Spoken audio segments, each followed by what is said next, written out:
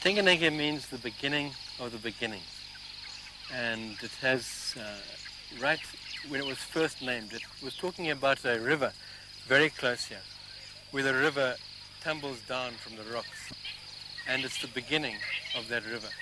But it also is Tenge. It sounds like the water going over the rocks, right where the river begins.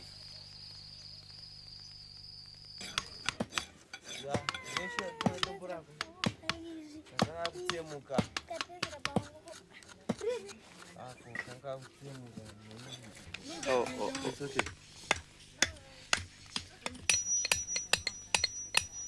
It's an interesting story because in 1965, Ian Smith declared unilateral Declaration of Independence, UDI, against Britain, and he said that Rhodesia was going to be independent. So Britain put sanctions on us, and we could not sell our tobacco. And if we were to sell the tobacco, it would be a quarter of the price or 30% of the price. So farming began to be very, very difficult.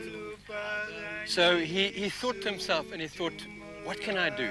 I have a farm, I have laborers, and I don't want these people to lose their jobs and to be in poverty. What can I do?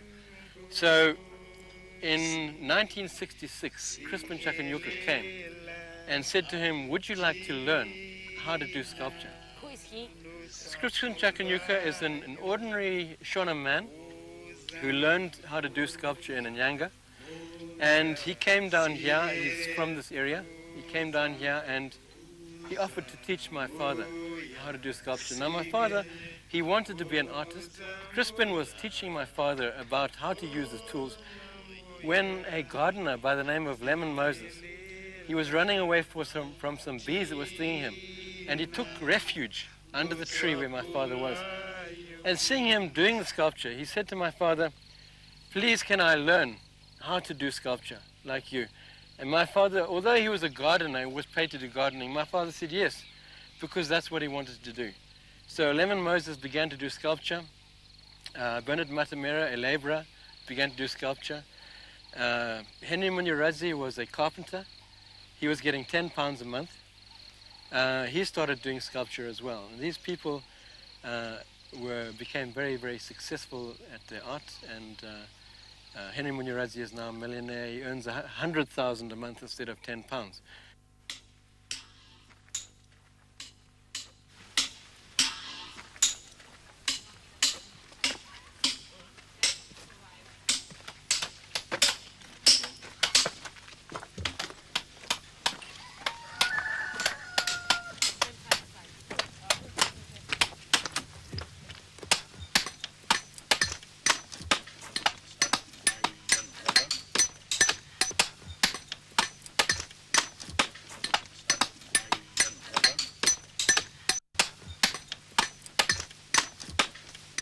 What is a sculpture for you? For your life, or? I like sculpture better than every job. I like sculpting better than every job I do. How many sculptures you have in your life? I think there are more than 20,000. Where are they now? Because I don't stop. I'm ever working. Always, every day? Every day. From morning? From morning up to... Up to 5? Yes, up to 6. Up to 6. Where are your sculptures? The big number have gone already. Where? In all different countries. Mostly where? You can say Germany. They've got very big bars, as well as Britain, as well as Holland, as well as America.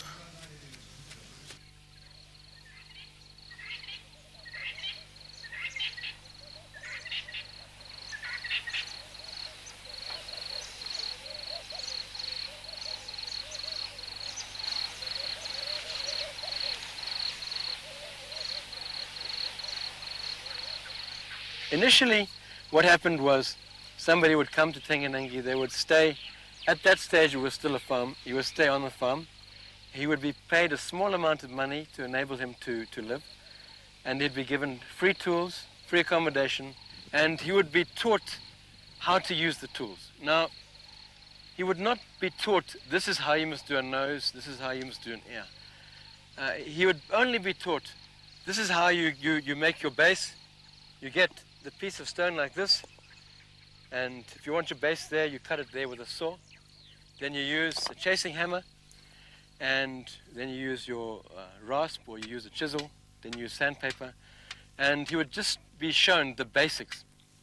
And then he would not be told, do a horse or do a tortoise. He would be said, do what you want, because we don't want you to become a European artist. We want you to be the artist that you are. Your art must come from inside of you. And I cannot tell you how to do art. You already know how to do art in your heart. You must just put it in the stone. So that's what he did, and soon people started coming from Harare. They started coming from New York.